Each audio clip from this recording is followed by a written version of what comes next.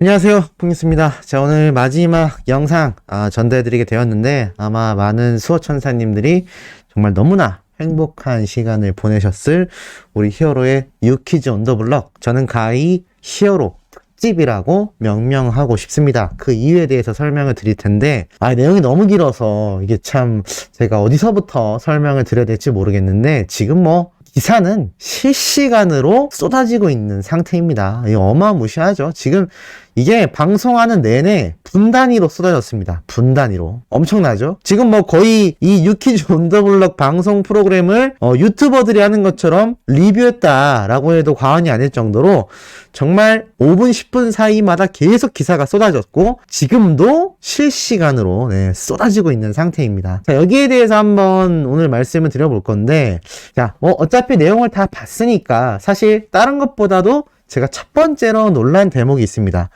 많은 분들은 아니지만 몇몇 분들이 뽕뉴스에게 그런 질문을 하셨거든요. 대통령 강영욱 씨가 나와요. 왜 영웅님 안 나오나요? 모르는 무슨 운동선수가 나와요. 정찬성 선수가 나왔죠. 근데 제가 말씀드렸죠. 이 세 명의 히어로가 등장하는 것이 요번 주 유키즈 온 더 블럭 방송편이다. 히어로 특집편이다 라고 말씀드렸는데, 결론부터 말씀드리자면요, 8시 40분부터 한 10시 25분까지 이 방송이 방영이 됐습니다. 근데 너무 놀라웠던 건요, 이 강양욱 씨 그리고 정찬성 선수가 나왔던 방송 분량이 이 8시 40분에서 한 9시 40분 정도쯤에 끝났다라는 겁니다. 그러니까 한 사람당 30분 정도 방송이 나왔다고 보시면 됩니다. 그리고 9시 40분부터요 10시 25분까지 거의 1시간에 가까운 시간 동안 우리 히어로의 특집편이 아주 쏟아졌습니다.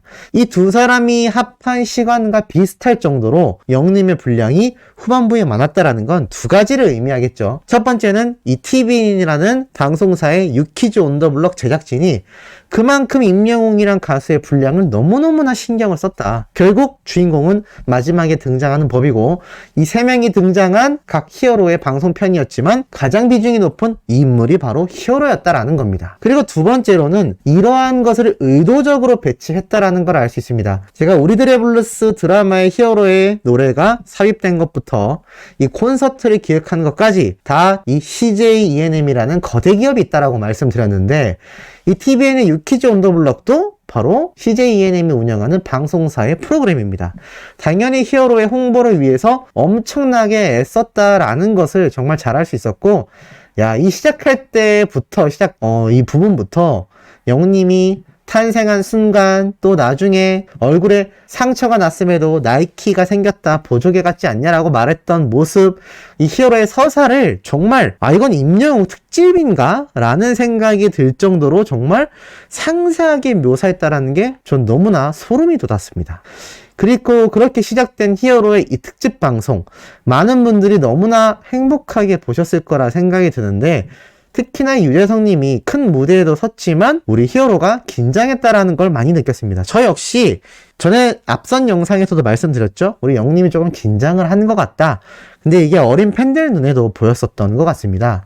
우리 히어로 긴장한 거 귀엽다라는 반응이 쏟아졌죠.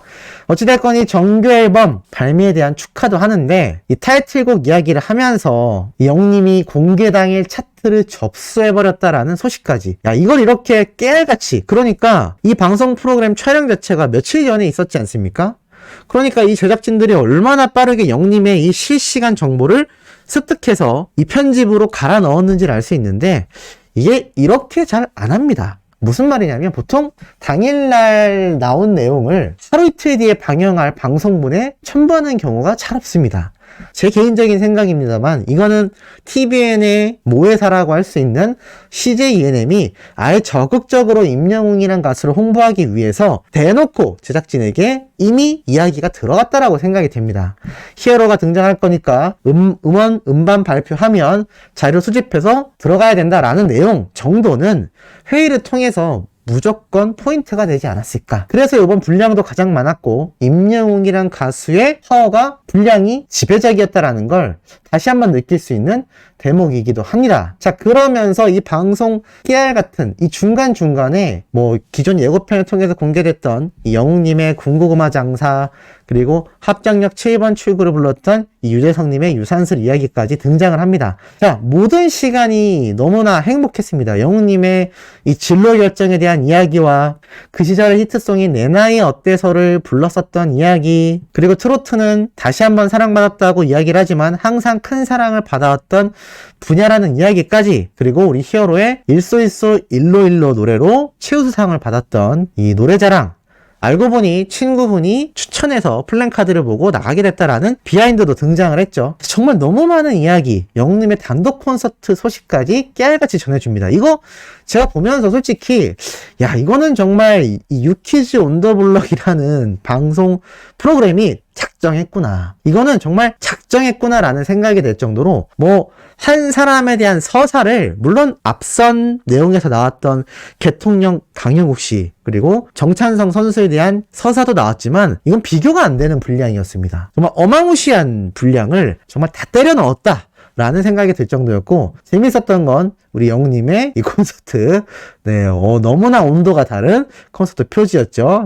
영웅님도 아유 눈에 확 띄네 라면서 이야기했는데 참 재미있었지 않나. 알릴 게 많았던 신인이었기 때문에 다소 좀 촌스럽지만 이렇게 수많은 정보를 넣었다라는 걸 알 수가 있었고, 중간중간 히어로가 이렇게 나훈아님의 흉내를 내는 깨알같은 잔망미가 또 이 방송을 통해 퍼져나갔습니다. 이 일반인들도 이걸 보면서 아, 임영웅이란 사람이 노래만 진지하게 부를 줄 알았는데 저렇게 잔망미가 넘치는구나 라는 걸 느낄 수 있지 않았을까. 그리고 잠시 캡처할 시간을 드린다, 이거는요 유키즈 온 더 블럭에서 뭐 저작권 문제를 떠나서 그냥 수많은 팬들이 이 방송을 보고 있다, 팬들이 이걸 캡처할 거다라는 것까지 예상을 했다라는 얘기입니다. 이거 거의 뭐 팬방송 아닙니까? 정말 엄청났던 요번 편이 아니었나 싶고, 이야기는 끊임없이 이어졌죠. 뭐 노래를 완급 조절을 잘한다라고 했는데 굉장히 연습 많이 하는 이야기, 그리고 예전부터 부족한 점을 보완하기 위해서, 그러면서 자신이 타고나지 못한 부분들이 있었기 때문에 말하듯이 노래를 부르는, 무대 위에서 대화하는 형태의 창법을 생각해냈다라고 하는데,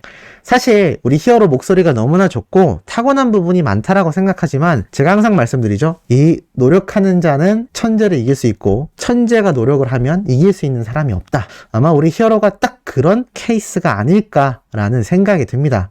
그리고 이런 극찬 평가에 대한 이야기도 정말 갈아 넣었습니다. 임영웅은 트로트뿐만이 아니라 여러 장르를 소화할 수 있는 최고의 가수다. 이 각종 전문가들이 히어로를 극찬했던 내용을 쏟아 넣었죠. 노래를 잘하는 가수는 흔히 볼 수 있지만 노래를 정말 잘하는 가수는 흔치 않다. 그게 바로 임영웅이다. 자, 이런 이야기 뭐 팬들을 위해서도 적었지만 또 깨알같이 이렇게 하늘색 글씨, 우리 히어로가 이야기하는 중에도 하늘색 이야기, 영웅님의 유튜브 누적 조회수 13억 뷰가 돌파된 이야기도 다 영웅시대 메인 컬러를 활용한 걸 볼 수 있습니다. 정말 깨알같은 디테일이죠.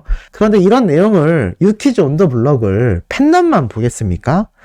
매주 시청하는 일반 시청자들도 굉장히 많습니다. 그들에게 임영웅이란 존재가 정말 제대로 각인됐구나 라는 것을 다시 한번 알 수 있었고, 이 유튜브 역시 우리 히어로가 정말 그냥 꾸준히 할 게 없었기 때문에, 당시 불러주는 것도 없었기 때문에 이거라도 하자라는 생각으로 했던 유튜브가 이렇게 거대한 채널이 될 거라는 건 아무도 모르지 않았을까.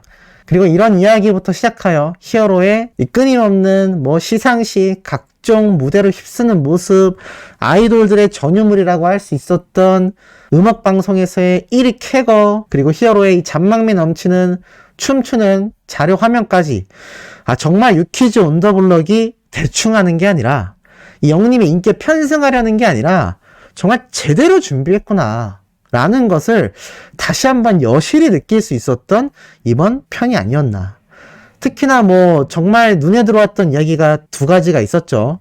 뭐 고 김철민 씨에 대한 영웅님의 이 도와주고 싶었다라는 비하인드 이야기, 그리고 나아가서 거의 마지막 부분에 등장했던 우리 히어로가 이렇게 또 리오넬 메시의 파리 생제르맹 경기를 직관했었구나. 이 내용도 또 이렇게 깜짝 공개가 돼버렸네요. 제가 왠지 경기를 봤을 것 같다라고 말씀드렸는데 이렇게 진짜로 봤던 게 등장을 했고, 그러면서 놀라웠던 게 이 손흥민 선수와 같은 비행기를 탔다라는 것도 너무나 우리가 몰랐던 비하인드가 또 이 방송에서 터져 나오지 않았나. 그러니까 준비했다는 얘기죠.